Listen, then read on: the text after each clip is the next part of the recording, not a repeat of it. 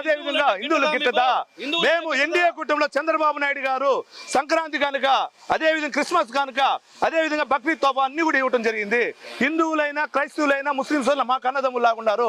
కానీ కరుణాకర్ రెడ్డి కానీ వైఎస్ఆర్సీపీ కానీ ఈ గురుమూర్తి గారిని కూడా ఇప్పుడు ప్రశ్నించాం, ఎందుకు హిందుత్వ పైన దాడి చేస్తున్నారని దానికి సమాధానం చెప్పలేకపోతే కులాలలో చుచ్చు పెట్టడానికే చేస్తారండి. ఆయన ఇప్పుడు రమ్మన్నాడు, మీరు వచ్చి తీసుకొని రమ్మని చెప్తున్నాడా? మేము రెడీ రమ్మంటున్నాం. అటు వెనకాల నుంచి వచ్చాడట డైరెక్ట్ ఇప్పుడు సీట్లో ఖాళీ లేదా ఎక్కించుకొని రావచ్చుగా. వెనకాల రాలా, బయట ఇదే లేడు గోడ వస్తారండి. బయట ఎస్పీ గారిని అడిగి ఎస్పీ గారు ఇచ్చి ఎస్పీ గారి ద్వారా వచ్చారు. ఎక్కడ దూడి రాలా, అన్ని సెక్యూరిటీ తీసుకుని వచ్చారు. బయట నుంచి కూడా అలౌ చేసినారు. ఇంత చేసిన తర్వాత కూడా ఇప్పుడు ఏంటండి అర్థం కాదు. కాకపోతే ఆయన వచ్చి మాకు హిందుత్వం చెప్తున్నాడండి.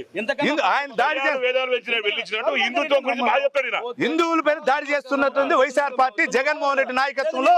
కరుణాకర్ రెడ్డి అంటే ఈ రోజు వచ్చిన వీళ్ళు ఒక క్రైస్తవుడు అయినటువంటి కరుణాకర్ రెడ్డి గాని గురుమూర్తి గారు గాని వాళ్ళ అనుచరులంతా హిందుత్వం పనిచేశారు. ఎన్డీఏ కూటమిలో చంద్రబాబు నాయుడు గారు గాని, పవన్ కళ్యాణ్ గారు గాని, లోకేష్ బాబు గారు గాని అన్ని కులస్తులుగా సమానంగా చూసుకుంటారు. మీరు చూసుకుంటారు. రేపు దండం పెట్టి జరుగుతాం. కానీ ఇది తప్పు. అన్ని కులస్తులు ఒకటే. ఈ హిందుత్వం పైన ఎందుకు దాడి చేస్తున్నారు సమాధానం చెప్పాల్సిన పరిస్థితి వైఎస్ఆర్ పార్టీలో ఉన్న జగన్మోహన్ రెడ్డి గారికి కానీ ఆయన అనుచరుడు కరుణాకర్ రెడ్డికి ఉంది.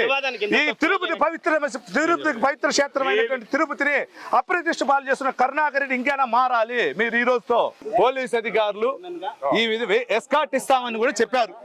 వీడియోస్ చూడండి. పోలీస్ అధికారులతో మాట్లాడినారు.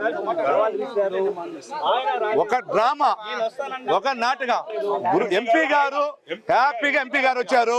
ఎంపీ గారు ఏ రూట్ లో వచ్చినా ఆ రూట్ లో వచ్చిండొచ్చు. చూడండి, వీడియో చూడండి, వీడియో చూడండి. పోలీస్ అధికారులు కూడా మాట్లాడుతున్నారు. ఆడియో వినండి. పోలీసులు ఆయన అడుగుతున్నారు, పలానా వాళ్ళు మిమ్మల్ని తీసుకురమ్మని చెప్పారని చెప్పి. ఆయన ఏం చెప్తున్నాడు వినండి. మేము 100 మంది వస్తాం, మా అనుచరులు అందరూ వస్తాం, అందరూ వస్తే రమ్మంటారు. ఎట్లా మమ్మల్నే పంపించలేనప్పుడు ఏ విధంగా పంపిస్తారు? శాంతి భద్రతలు ఉంటుంది ఈ ప్రభుత్వం. ఈ ప్రభుత్వం